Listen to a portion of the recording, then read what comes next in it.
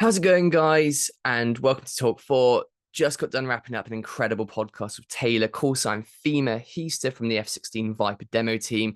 Man, we had a great talk. That was an absolutely epic conversation. I can't wait for you guys to hear it.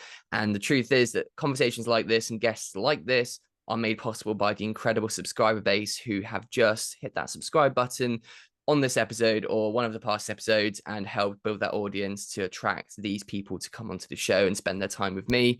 So I'm going to ask you to do the same today. If you can, please hit that like button, share, or at absolute best, please do hit that subscribe button too to see the upcoming stuff as well. It makes a massive difference to just getting this show to the true vision I have for the podcast. So please, if you can, support me and hit the subscribe button. But for now, I'm going to take you over to the episode and enjoy, guys. It's going to be good. Taylor, how you doing? Hey, good, man. Thanks for having me. Great, awesome, man. I mean, from what we've said so far, you've had a good day so far, and you're getting out flying later. So any day we go flying is a good day. But in kind of like 30 to 60 seconds, elevator kind of pitch, who you are, what you do. Give us a quick rundown. Yeah, my name is Taylor Hiester. I grew up in Reading, Pennsylvania, in a small town actually called Robezonia, Pennsylvania. Only child, single mom growing up. Found my passion in airplanes when I was a kid. I went through the standard phases a lot of young people do of like fire trucks, dinosaurs, and I got to airplanes and then never grew out of it. Airplanes, anything that went on an adventure, whether it was like boats, trains, cars, planes, captured my imagination, and airplanes was definitely at the top of the list.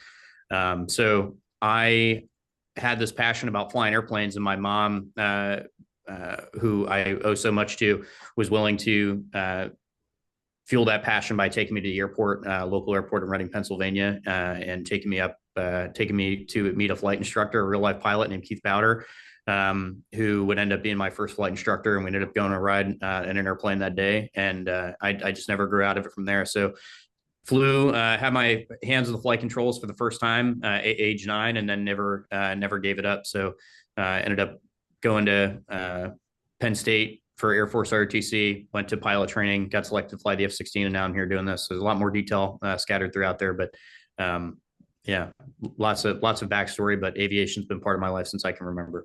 I love it, man. That's amazing. So let's go into the detail of that then. So obviously that's a nutshell, but in terms of like getting into the military, how did that whole process look? And at what stage did you kind of think, hey, you know what, I could actually fly military fast jet, we call them here, or fighter jet out there. So when did you think that was going to be a possibility, or to kind of talk me through that entry into the military? I always loved airplanes. Deciding to be a fighter pilot happened at a pretty young age for me. When I was in third grade, the September 11th attacks happened, and there's a lot of footage out there of some of the fighter jets protecting the city over New York. And there's one video in particular that sticks with me of everybody kind of running across the bridge to get out of downtown, and there's like a loud jet roar, and people kind of scream because they think it's another airplane. And when the camera focuses in, it's actually one of the F-15s that was scrambled to protect the city. And kind of that Harrison Ford Air Force One moment of the good guys are here. And that stuck with me forever. And I decided that if I could protect America and fly airplanes at the same time, to me, there was just nothing more inspiring than that. So I decided at that age that I would join the military and try and be a fighter pilot. And I was really fortunate to have the right adults and the right people growing up that made me believe that was possible. So that was my military fighter aviation ambitions happened pretty early on. And then from there, I targeted ROTC. I was never a good enough student in high school to get selected to go to the Air Force Academy, and I knew that they weren't going to hire me. But I also wanted a normal college experience. So I wanted to go to Penn State and do all the normal college student things while also getting a military education to go fly fighter jets at the end of it. And I was really fortunate to get into the ROTC program at Penn State, get selected for pilot training, and then go to pilot training, get selected for the F-16. So a lot of that is of course like ability and tenacity and what have you. But to young people that are hoping to do the job, I often tell folks that control the controllables. Like success is a choice and decisions that you have to make every day. But there's a lot of luck and timing, whether it was medical stuff, luck and timing for the needs of the Air Force of how many pilots they needed. But my advice is that if you control all of the variables that you possibly can, you'll probably put yourself in a position that regardless of timing and accessions and requirements that the Air Force has, you probably find yourself in a situation that you could get selected regardless of the climate. So control all the controllables and I think my life is a testament to that. I was not a straight A student. I controlled all of the things that I could to be lucky enough to get selected at the time. Nice one. Was it so some of the people who've had on the show before, they've spoken about the kind of allure they had into aviation and especially the military stuff. And I think one of the last guys we had on was Carbo. He was the F-22 demo pilot for a while before Raz now. And he was talking about his entry into the military and getting selected for a jet. And he was just dead set on the F-15. And when they kind of gave him the list of say, hey, what's your ideal list of jets you want to fly? I think he put like every type of F-15 down before anything else on that list. It's a very funny story, but was the F-16 always the one for you? Was there a particular jet that you were going for there? And did you get that dream jet, or how did that look for you? The F-16 was the only airplane that I had dreamed about flying when I went to pilot training. So to me, I said this in the video in an interview that we used for the audio for my release as the pilot. The F-16 is just the perfect fighter jet to me, and it always was. It's a single pilot, single engine, and the airplane's just small, and it's kind of like a sports car. It's mostly an engine, and then of course the fact that you're alone in the airplane and the only person that is rowing the boat and shooting the ducks at the same time, as we like to say, is awesome. And having that responsibility kind of rests on my shoulders alone, and the wingmen that are in my formation is something that I really enjoyed about the airplane. The other thing that I talk about in my love affair with the F-16 is that you notice that in the F-15 and even the F-35, a lot of the other airplanes that we have these days, there's a canopy bow that where the dividing glass, there's a divide in the glass where the canopy closes and there's that bow, and the F-16 does not have that. It's the most beautiful bubble canopy in the world. And even now, when I go to fly another airplane, whether it's civilian or riding in a military aircraft, it's something that when I get back in the F-16, I realize that I have the best seat in the world in flying the jet, because there's nothing, I can't see any part of the airplane. I can't see the nose. All I can see is what's in the heads up display, and then my hands, and then what's going on in the cockpit itself. But it feels like you're wearing a backpack that can absolutely take you anywhere versus flying an airplane, which a lot of airplanes kind of feel like. And no disrespect to Raz and the F-15, but I think the F-15 probably has a little bit different of a feel. Yeah, no, I feel you, man. I know I've seen that too. All the pictures, that bubble canopy is just a whole different perspective on the world. Right. Gets me thinking though, why wasn't that replicated? Because the F-16 is pretty old now, and obviously that kind of field of view is so important for someone in your position, especially in air shows, but also in combat. So, any reasons why that design and that concept of having that kind of a field of view and a canopy that wasn't replicated in things coming out nowadays? That's a really good question. I just don't, unfortunately, feel educated enough to answer. I was a political science major, so they told me poli sci to fly, so I wrote that down, and so I would be lying to you if I gave you some super cool answer about why that is. But nice. The F-16, I can talk to the F-16 as it was designed to be a daytime VFR fighter, meaning good weather daytime fighter. And so with that in mind, they did everything they absolutely could to make sure the pilot had no obstructions to their visibility between, them and what they were fighting. And then also the flight controls and all the stuff is designed in the airplane for the hands-on throttle and stick so that you can fight the adversary the entire time without having to take your hands off the throttle and stick, and then also without the need to take your eyes off them. So I think that as time goes on, as airplanes become more advanced, there's less of a focus on close-in maneuvering and things that the F-16 was primarily built for, and more about the long-range killing targets before they probably ever know that we're there, and networking and connectivity and things that make our air dominance unquestioned nowadays. Absolutely. Well, I tell you what, let's just put that answer down to just no one could replicate something so awesome as that the second time around.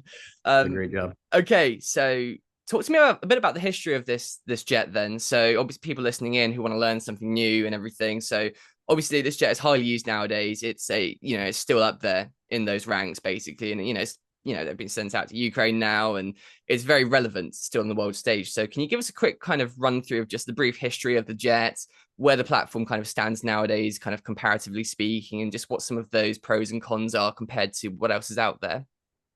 Yeah, so I'll just take a few minutes and kind of pitch what the team's been up to right now and why it's special for the 50th anniversary.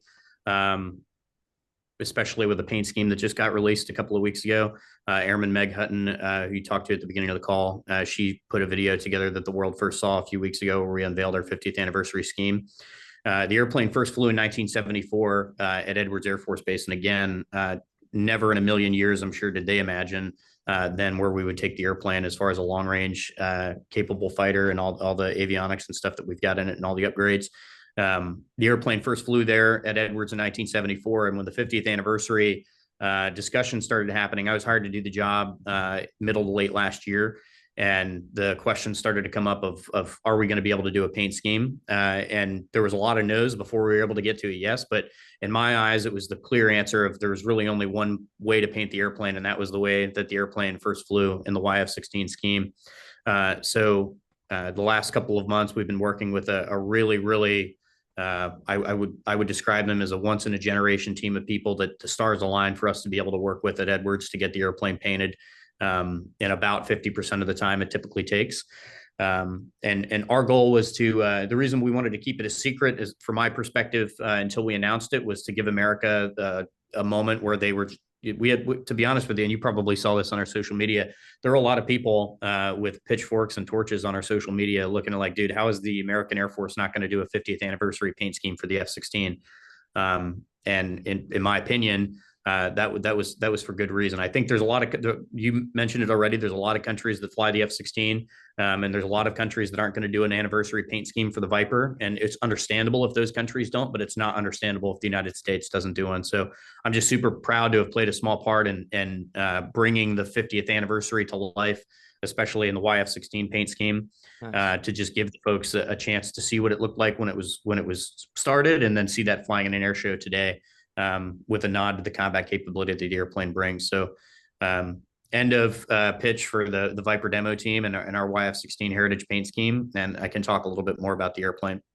So again, starts as a day VFR fighter, and then as time goes on, our adversary changes. The adversary becomes more and more capable, and so we have to rise to not just meet but exceed that demand that the adversary, whoever that might be, puts on us. And so as time goes on, we do various upgrades to the airplane and avionics and radar stuff to make it a formidable fighter, not just in that time, but also in the years to come. And I can promise that the F-16 nowadays is still a very formidable fighter that's going to be seen in the battle space for decades to come.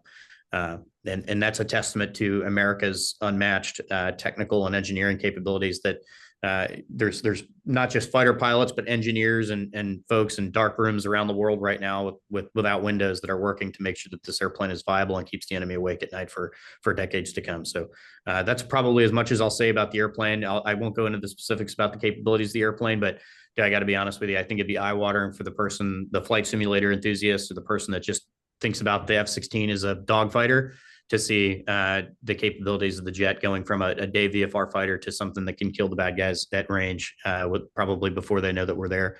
That's super impressive. Quick ad break here, guys. Just want to introduce you to Shopify. Shopify is the all-in-one e-commerce platform that runs basically everything I'm doing, from my personal website to my business websites. It truly is a phenomenal system, and I have a way for you guys to get started today for just £1 building your business, whether that's personal brand, whether that's e-commerce, whether that's a blog. It has everything. It has its own app store that can get you basically every feature you could expect from an online store, and it really just works out of a fantastic all-in-one system, which I can only highly recommend enough. And you guys can start for just £1 today. It's an incredible offer. Absolutely amazing. And the link to that is in the bio, or I'll put it up in the tab at the top. I think it'll be top right at the screen for you guys right now. So yeah, guys, check it out. Make sure to get this offer, and yeah, get started. It's fantastic.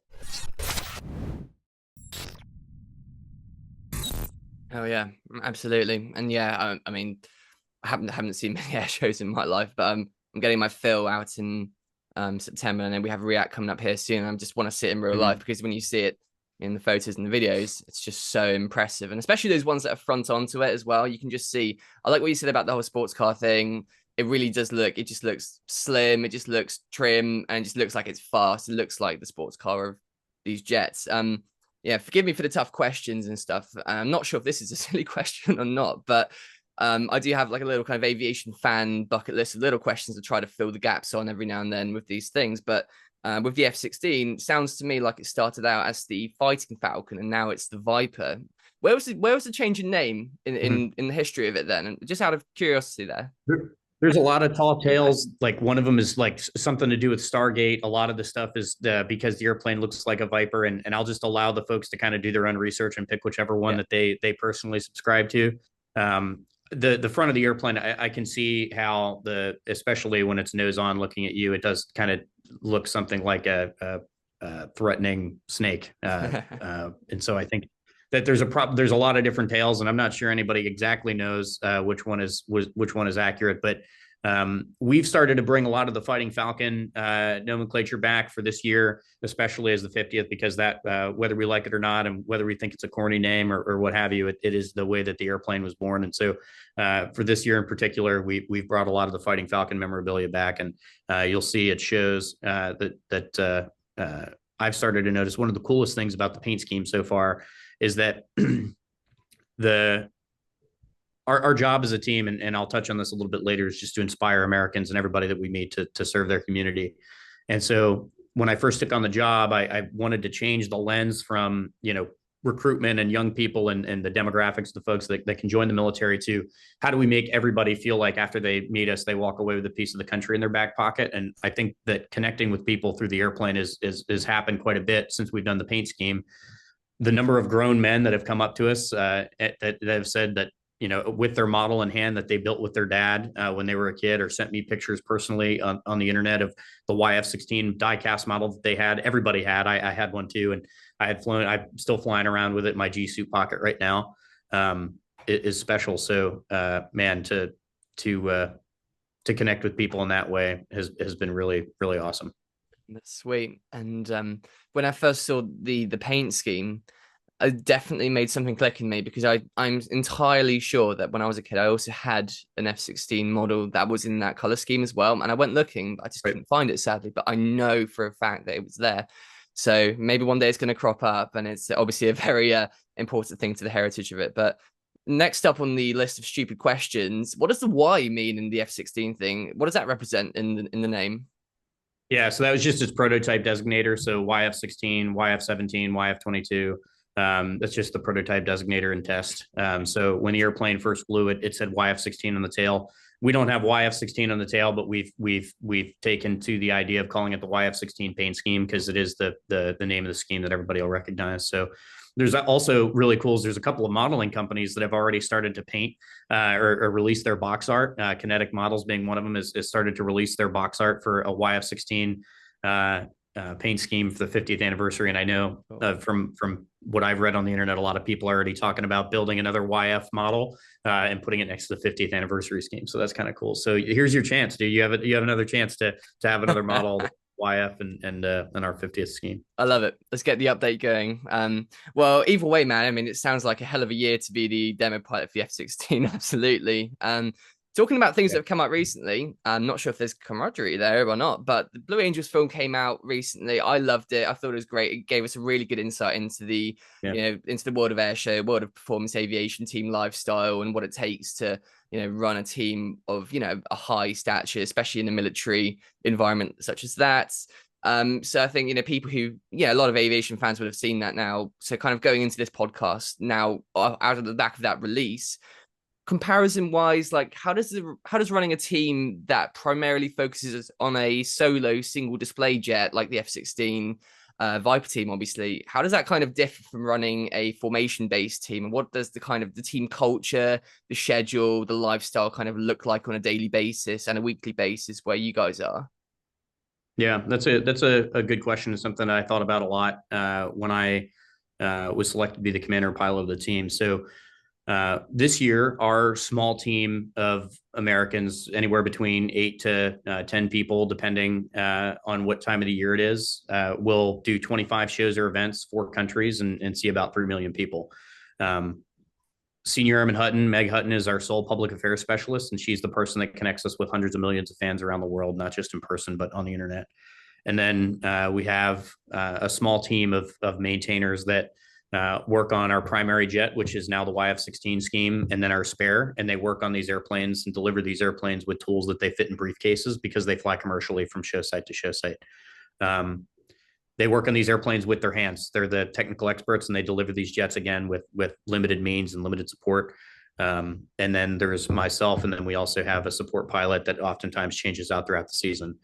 I would wager that with as small of a team that we have, you would be hard pressed to find a group of Americans that a team this size that is delivering this much annually, as much as we are. So I'm super proud to just be one small part of this small team that goes around the world and inspires the people that we meet to serve their community.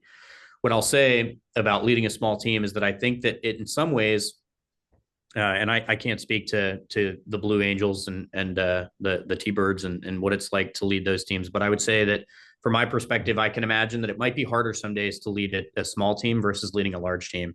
There's no anonymity or concealment in tough choices and tough decisions, whether that is stringing several shows together for budget reasons or travel reasons, and keeping the team on the road for several weeks when everybody has a personal life and things that they'd like to get back to at home. There's no anonymity and way to conceal those decisions when you're the sole commander and pilot of the team. What that also forces, though, I think that our team is an example of what it looks like when a small group of people give everything they have to something larger. And I'll talk a little bit about my goals for the team later and the keys to success for leading a small group of people. But because we're such a small group, I ask, and the country deserves, every ounce of effort that we can get out of everybody. And there's no days off for anybody with a small group. Anybody that has a bad attitude, maybe has a lapse in their attitude in a day, or isn't feeling the best, or kind of loses track of what our goals and what our priorities are, it affects the entire team or the mothership, as I like to say. And the country deserves 100% of our efforts. So we give them the best show every time we go. And our show, my air show, when I fly a heritage flight, might be 25 minutes. Without heritage flight and the Mustang or what have you, might be 18 minutes. And if you look at how much time we spend on in a certain small town in the United States or a major city, 18 minutes a day is such a small portion of the time that we spend. And the reason I say that, it's because it's important to not lose sight of the fact that the air show is just one part of our team's mission. The rest of the stuff is interacting with the crowd, doing school visits, going to the VFW and eating the chicken dinner at the volunteer firefighter departments or whatever. Those things are important too. And in fact, if you looked at in time spent, more important than the demonstration, because it's important for them to see this amazing machine fly and see the humans that make that possible. But when we taxi the jet back in and the distant figures in dark uniforms and fighter jet that's in the sky making a whole lot of noise turns from machine to humans when we walk up to the fence line and approach the crowd, that's the moment. I think that's the part of the magic that is the single ship demonstration teams, and any of the demonstration teams for that example. So yeah, it's difficult leading a small team, but I got to tell you that becoming a family with this group of people is really special. It was something I learned last year, was anytime anybody gets any new clothes, somebody gets a new shirt or some new shoes on the road, everybody well enough, just like, dude, you got a new shirt. So that might not exist in a larger team. And so there's a lot of pros in having a small team. And I would consider it mostly pros. I'm making friends with this team and connections with this team that I couldn't make if I was part of a larger team. That's beautiful. That really is. And yeah, you're putting trust in those people too. So when you know them that well, to that degree, that whole trust thing and that team building, it's massive, especially when you're putting your life in their hands, the maintainers and people who are in charge of, keeping that thing flying as well. It's not just the flying. And I think it's so important to have that shout out for the people who do the work behind the scenes too. Yep. In terms of moments where you've seen just how impactful what you do is for people, what were maybe one or two of those moments along the line so far where you've had an interaction with a fan or someone from the crowd, a veteran or something, that their reaction just blew you away, or you could just visually see, the effect and the impact that had that demo and showing that jet off to them? What were some of those best connection moments with people that you've seen in your time so far doing the job? One of my favorite things after shows is to take my show patches off and give them to the first veteran that I can find in the crowd. There was a veteran in, I want to say it was Fort Worth, that was wearing, or one of our first shows in Fort Worth, that was wearing a Vietnam veterans cap. And that was special for me because Vietnam Vietnam was a difficult time for our country, and a lot of these veterans came home and were spit on, and never really got the hero's welcome home that a lot of veterans, especially from the Second World War and on, the treatment that they underwent was difficult. And so it's special for me to be able to give my show patches the first veteran that I can find, but this one was special to me because him wearing a Vietnam veterans cap to me showed that he might not have had that welcome home hero experience that we all hope for in the country. And so I had given my patches to him, and I called him forward to the line, and his family was there. And I said, I told him that because he's the first veteran that I found, I wanted to give him my show patches. But I also told him that from me to you, as somebody that wasn't alive, or my parents weren't even alive when you were in Vietnam fighting, and giving everything that you had to the country, I want to be the first of many. What I hope to be is give you a long overdue welcome home. And that was special to me. I think that I'll carry that one for a long time. There's a few shows so far that the crowds have just been something that I'll never forget. You never forget your first big game, I guess a lot of athletes say, but you never forget your first big show. Fort Worth and Maxwell Air Force Base was another one where the crowd was something that I won't forget. That's my favorite part of the show. I guess I'm kind of rambling at this point, but that's my favorite part of the show is the second that we walk towards the crowd and become like real humans with favorite songs and personal lives. And it's hard to go from target heart rate, flying the demo, and having this adrenaline inducing moment to talking to people. And sometimes I can feel my hand shaking or whatever it is when I'm trying to just be a human to talk to these folks. But that one was special. I think that going to air shows, you have the opportunity to meet thousands of people. And a lot of times those interactions are superficial. I think probably people that play professional sports might feel the same thing, is that you meet so many people during the day, and the interactions that are superficial don't really go below the surface, are kind of broken up by one or two interactions in a day, where you just have that one moment with somebody where you're like, okay, that was meaningful. Not just for me, but for them as well. You could feel that there was, whether it's a young person that wants to grow up and be a fighter pilot or serve their community, or an older person that was just so moved by your performance, with whether they're connected to the military or not. Those are the things that kind of fuel my passion to do this and make it bearable for me to be away from my family, and be on the road doing this job. I love it. Guys, just to let you know, Talk4 podcast is on Patreon, and it also has a Spotify subscription too. So guys, if you are really enjoying the show and you enjoy all the past episodes too, and you just want to pitch in just a tiny amount every month, even just a couple of pounds a month or something, to support the show, help me get better guests on, and keep upgrading and upgrading what we're doing here, please do consider heading over there and just giving me some support. It means a massive amount. Guys, back to the episode now. Enjoy.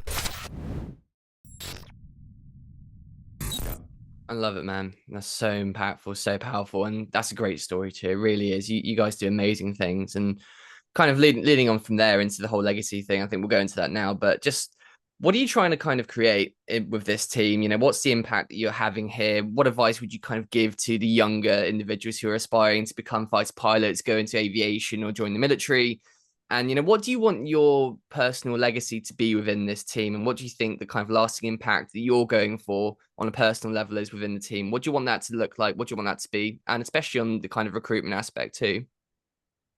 I'll start at the end of the question and work my way back. So, this is nothing to do with personal legacy. I am an active duty fighter pilot that has the good fortune of being in a job where I get to represent a great deal of the force, namely the people that serve in the orbit of the F16 for the last 50 years.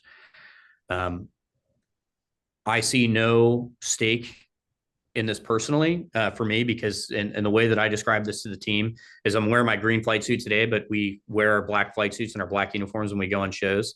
There will come a day where you take that varsity jersey off for the last time, and you're going to hang it up in your closet, and nobody's going to remember Taylor or Meg or Max or any of the other members of the team. They're going to remember the uniform, and they're going to remember they're going to remember the message of the team, and that's my goal. My goal is to broaden the focus, and a lot of the times the single ship demonstration teams, can kind of feel a little bit more like a rock band than a military team. And my goal is to kind of bring the focus, change the aperture just a little bit to bring America and the entire force back into focus. And with that comes a lot of the goals that I set for the team. I think the old saying is like setting goals forces you to be honest about what your priorities are. And so when I took over, I set a couple of goals for the team, and I set some priorities for the team, and all of those go back to serving the country and serving America and making sure that if asking ourselves the question every day is what we're doing good for the community and good for the country. If yes, then we'll do it. If no, then we're going to do something different. And so it's an honor to be able to serve in this position. There will come a day where we don't get to do this anymore. And so just serving as hard as we possibly can while we do it is that. So no personal legacy whatsoever. Nobody's going to remember that Fema or Taylor was the 50th anniversary pilot. They're just going to remember that America is up to big things. And one of those big things that we do is in the messaging when we paint an airplane red, white, and blue and put U.S. Air Force on the side and our national insignias in full color. Hasn't happened in a long time. And that makes people feel good. It makes people feel like feel a sense of confidence and not just this government institution of the Department of Defense, but in a whole, and make people feel a sense of patriotism that maybe they haven't felt in a long time. So that's the legacy that I hope the team leaves for the country. As far as goals for the team and impact, I think that I kind of broke it down into four things. Early on for the team. The first one, as I already talked about, is setting goals. Forces you to be honest about what your priorities are. And it also allows you to see if you're stepping left and right of those boundaries as the season goes on. We talk about Airshow brain. It's easy to lose track of time, and all of a sudden you blink and 8 months goes by and the show season's over. But if you have the goals set, you can kind of ask yourself along the way of, am I living up to those goals? Am I living up to the vision that I originally set for the team? Second, this is kind of a way that I like to live my life, and that's to be prepared. There's a famous fighter, not a famous fighter pilot. I don't want to say it that way, but there's a fighter pilot that was in a position to do something extraordinary a long, long time ago. I won't say their name and I won't say what operation it was, but he was an instructor of mine, and it was kind of a bar talk in the fighter squadron bar a long time ago. And I asked him about his experience and how he found himself in that position to do something extraordinary.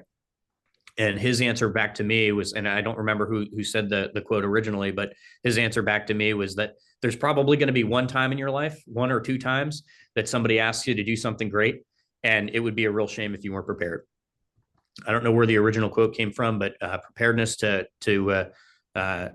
for in the event that you are asked to do something extraordinary, to be able to answer that call is important.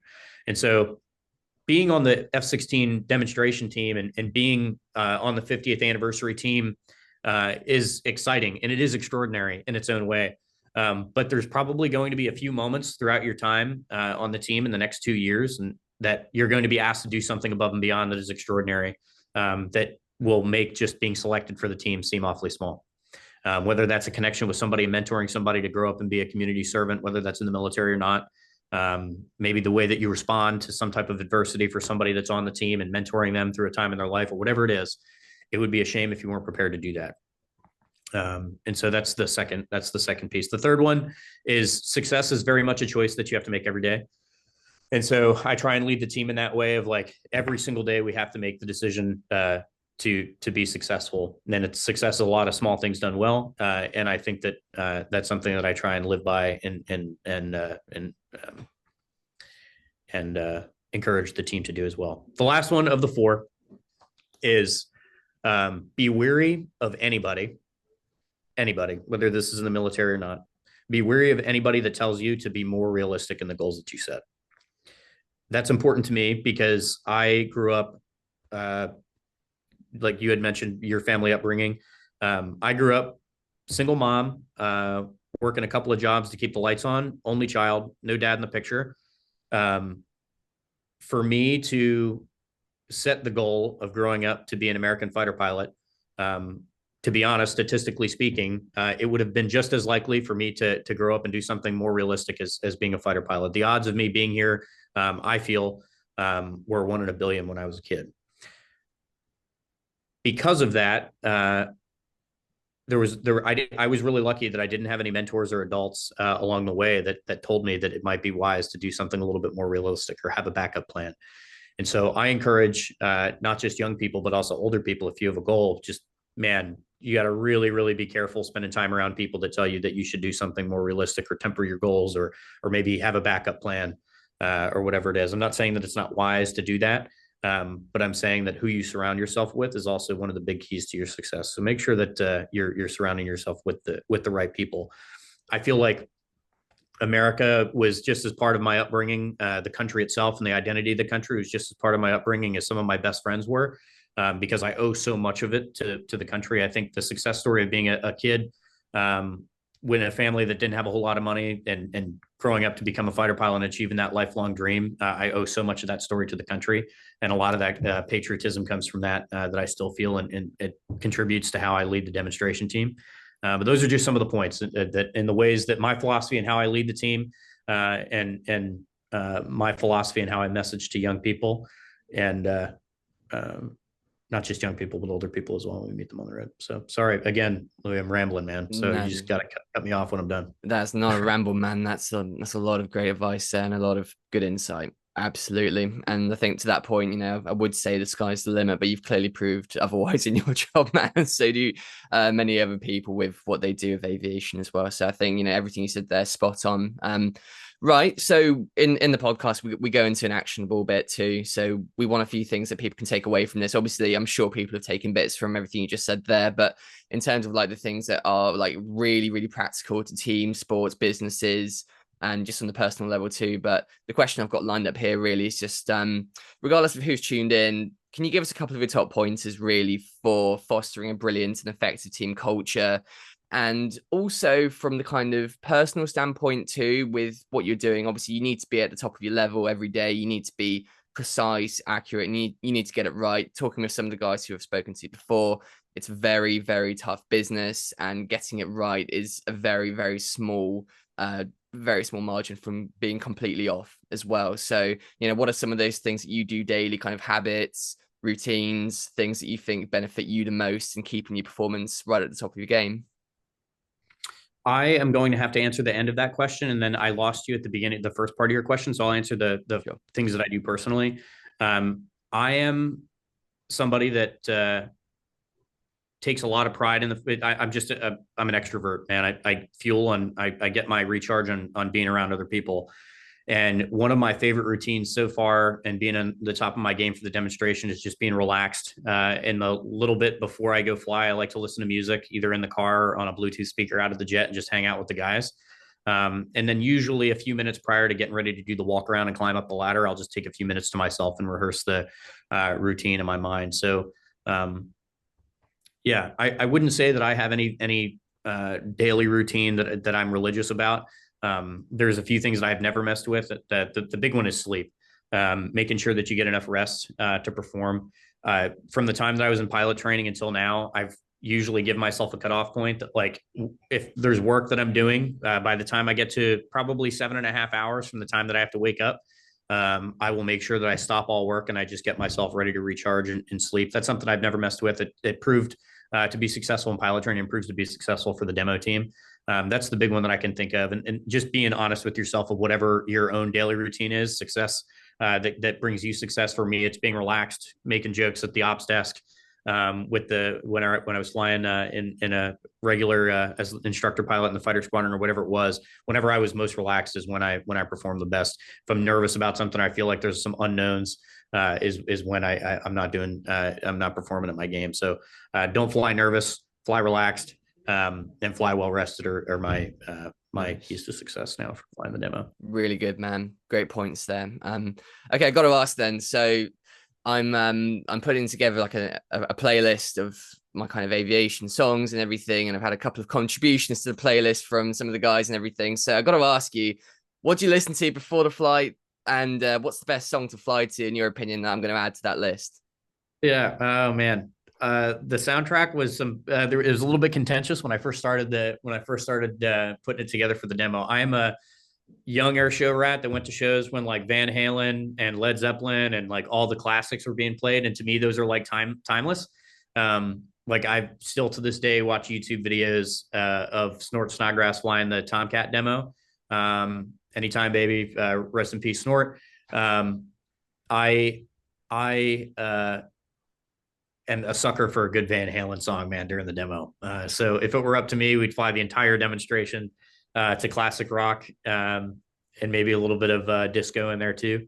But whatever makes you feel good, Lou, you'll have to figure one out. I think that man, let me actually look. All right, hang on, dude. We can do this because we're on a podcast. And I it's kind of love low it. thread. Let me see what I've had on my air show. I've been building a playlist for the team of not just songs that we have in the demo, but songs that we've listened to while we're on the road.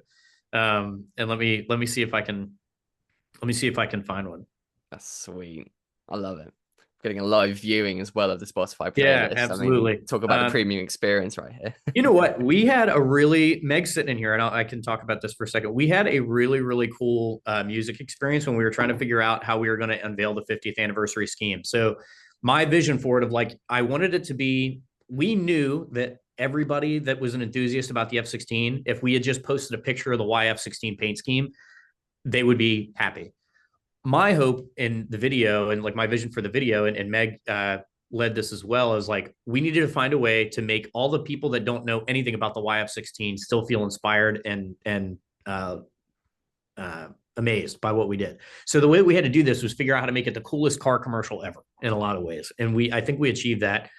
Between Facebook, Instagram, and others, we're at well over 1 million impressions with the video, which is all a testament to Meg and the PA team at Edwards that worked on the endeavor. But the music situation was something we had to figure out. And my hope was of like the Paul McCartney "Live and Let Die" that we ended up choosing was, I wanted it to be a song that we imagined Phil, the first pilot, or all of the General Dynamics engineers like listening to as they were putting the airplane together, the first one in the hangar. So anything from the 1973, 1974 era, Elton John, Saturday by Elton John is actually my Zoomies song. Elton John's one of my favorite artists. So that's one you can add on there.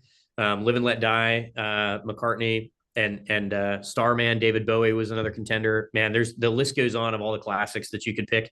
You're not going to get a modern answer from me. We have some modern songs in the demo that I defer to some of the team on and picking because some of the guys have been doing this for 2 years, so I wanted them to have a say in that as well. But man, anything classic rock, you can bet that I'm thinking about or humming during the demo. I love it. That's brilliant. Notes are taken. We'll definitely add some stuff there, man. I appreciate it. That's really good. Okay, so we're kind of at the end of the podcast now, but I'd love to kind of get a bit of an insight into the flying side of things too, what it's like for you. Obviously, had a bit of a kind of talk about it with Rain in a past podcast, and he described it kind of largely like you did, really you put the F16 on, you don't get into it. It's a backpack and it is a rocket ship basically. But in terms of flying it, how does it feel? What's it like flying the Airshow? Favorite maneuvers? Kind of give us a little walkthrough of just what it takes to make a performance work, really. Yeah, dude, the power when you select full afterburner and take off in 11 or 1,200 feet is like, man, that never gets old.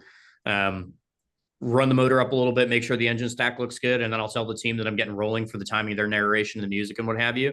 And then by the time I call rolling and put the throttle in the corner, I can hear the afterburner. I can hear the fuel rush, like that. That's kind of like the howling sound that you hear in the jet. And by the time I look up in the HUD, the airspeed comes alive, and I'm already doing well over 100 knots. And the airplane wants to fly. I think that's the first impression I have in the jet is just, wow, this thing wants to go. The demo kind of evolves from the way the airplane feels from the takeoff to the final maneuvers, and the demonstration is actually quite profound. So I'll burn probably 5,000 pounds of gas within the first 15 minutes of the demo. And then the last little bit is just when the airplane's at its lightest. And it kind of feels like the way God wanted the Viper to be, to say it in a figurative way, of the airplane's making more thrust than it weighs. It's as agile as can be, like in the vertical climb, like the last maneuver in the max climb where I'm just doing aileron rolls entirely vertical. The airplane is either stable in airspeed or accelerating in maximum afterburner, and there's nothing like that in the world. And so physically, that's the machine. As far as physiologically, man, you're dealing with a lot. You're body's working hard, depending on the atmospherics. Like you might have been sweating all day long, but now you're pulling, 9Gs probably a dozen times throughout the demo. It's interesting that you mentioned rain, Toro, Rebel, like every demo pilot, the demonstration profile has been the same for a long time, but everybody flies it just a little bit different, which is interesting. Everybody has their own little bit of personality that comes out in the demo, and the maneuvers are the same, but there's a different feel. And as somebody that watched Rain and watched Rebel perform, one of the hard parts of being the demo pilot is you'll never get to see yourself perform. But from what I've seen in the videos, everybody flies it just a touch different. So it won't exactly feel like the same demo each time. So that's kind of the insight of what it feels like to fly it. It's a very intense physical experience, but the connection with the airplane is like no other jet in the world. I'm certain of it. Very nice stuff. What do you think is unique about your flying then? I know you're a humble person, but what would you say is your unique take to that performance? I like to fly it, and this will be more for the aviation enthusiast. I like to fly really sharp lines, as in like I don't like a whole lot of alpha on the airplane when I'm rolling. You'll notice in the pull away from the crowd, getting set up for the Falcon turn, the first part of the Falcon turn, or in my pull aways for the repositions, I like to have almost no alpha on the jet. So you even see in some of the GoPro footage, I punch off almost all of the G's before I set the wings to roll again. So some of the people in the industry have said that that's something that they've noticed, and there's nothing right or wrong about doing it that way. It's just the way that I prefer to do it. It just feels really crisp to be able to take all the alpha off the airplane and to get the maximum roll performance out of it as well. So that's kind of my perspective on my own demo. But I'd be interested, people comment on this video of what they think their perspective is. Hopefully there's some people that are throwing tomatoes from the back that says, yeah, well, it takes you longer to repo and less time from the crowd. I don't know, but over to the fans on that.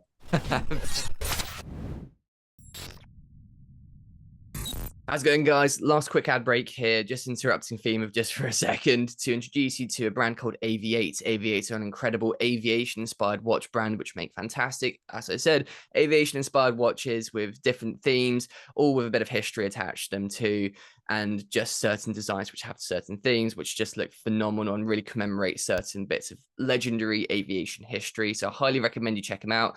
And they are kind enough to have given us a discount for this show. So if you do see something that particularly calls to you, if there's a piece of history there that you think, hey, I really like this, and this watch commemorates that perfectly, go and check them out. And please use the code Skupien20 for a meaty 20% off any full price watch at Aviate. Guys, going to take you back over to the episode now. I know you're enjoying it, so see you there.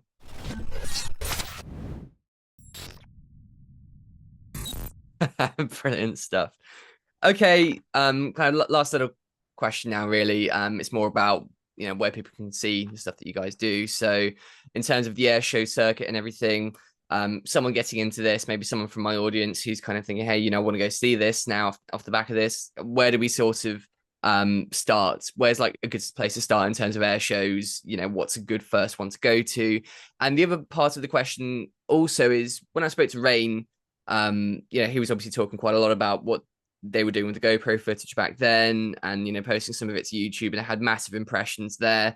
Is that something you guys still do as well? Is it someone kind of far away, maybe like me in the UK or something? Is there a place where we can go and watch some kind of POV stuff?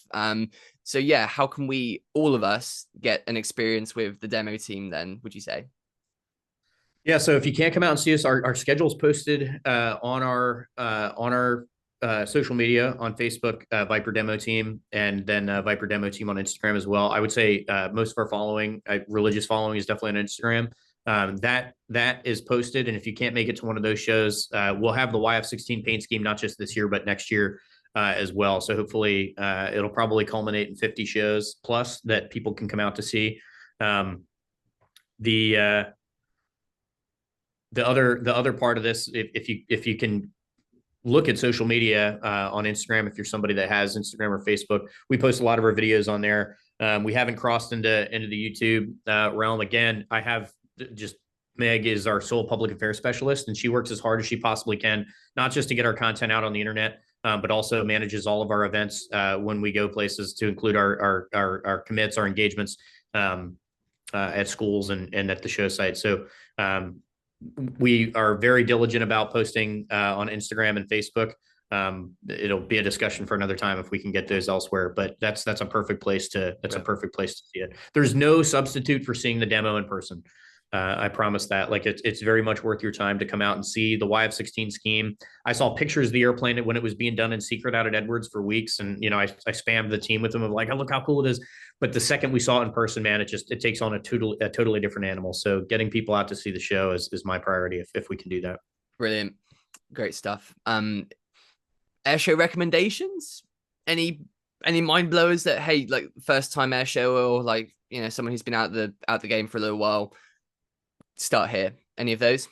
Yeah, I think we have like 20 or 18 to 20 shows left in the season, and all of those shows people are putting their blood, sweat, and tears into getting these air shows ready. A lot of volunteers, a lot of sleepless nights on the air show committee. So I would be remiss if I failed to mention that. And I also feel comfortable saying that Oshkosh is just going to be the largest show that we do this year. And that's an opportunity for aviation enthusiasts out there like myself, who, if I had to pick one, Oshkosh is a place where I can see airplanes from the dawn of aviation through now, some of the best fighter jet technology that we have, and then also demonstrators from other folks in the private side of the industry. So we'll be at Oshkosh. We'll be there for the full week, and we can't wait to perform for folks there. So if you can't get out to see us at a show, again, we're on social media, but I promise there's nothing like seeing the demonstration in person. Our maintenance team works very, very hard to get the show launch perfect, get the show recovery perfect. There's so much precision in the whole operation that flying the demo is just one small part of it. But if you come out and spend some time with the team, I promise, the whole your money back type thing. But if you don't feel inspired by hanging out with the group of people that we put on the road and take around the world, I would be surprised, and please let me know. Guys, are you seeing this podcast and thinking, hey, I wish I could do something like this? Or, hey, have you got an idea for a podcast which you think, hey, this is a great place to start? Well, this is going to help you out, guys. I've got an Amazon profile right now, which has a list of all the equipment I use that you can get started with. Literally just go onto there, have a look at the stuff, grab a few bits and bobs. All you really need is a mic and a good webcam to begin with, and the right editing software. So guys, go and check that out. Click the link in bio for the Amazon wish list and start that podcast. It's an incredible networking tool, which honestly has just changed my life for good. Check it out. Absolutely, man. Fantastic. Right, last two little questions then. Obviously, you post cool stuff too, so be on the demo team. Do you want to plug in your personal social media for people to take a look at your stuff? And last kind of traditional question now for the podcast is, if you found yourself at kind of age 12, 13, running around the streets or whatever, and you had a little moment to give a bit of advice or just a bit of a, whisper in the ear, if you will, for a young you, what would you say going forward? Yeah, I'll answer the second question first. Man, I cannot tell you how many sleepless nights I had laying looking at the ceiling, wondering if I would be good enough, wondering if it was going to be possible for me. And believe it, whoever it is that's listening to this, if you want to grow up and be a fighter pilot or a dentist or whatever your goal in life is, there will be a lot of nights where you question whether or not you're good enough. And that's valuable. It's valuable in its own way because, like I said before, setting goals forces you to be honest about where your priorities are. But if you're laying awake at night worried about something, it probably matters a lot to you. And so follow that passion. Don't be realistic. Be brave and be bold and following the dream that you have set out. And then again, be wary of anybody that tells you to be more realistic, or somebody that makes it appear or actively says that they don't believe in you. I think you'll surprise yourself in how far you can go. The second, as far as social media goes, follow Viper Demo Team. Meg works really, really hard to make it a really, really inspiring social media account. That's the only social media plug I have. Okay, man. Fantastic. Dude, well, all I can say really is just thank you so much for joining me today for the Talk4 podcast. Really, it's been an absolute pleasure having you on. It's been a great chat, and I really appreciate you. It's been fantastic. Yeah, thanks very much, Lou. I appreciate it, brother.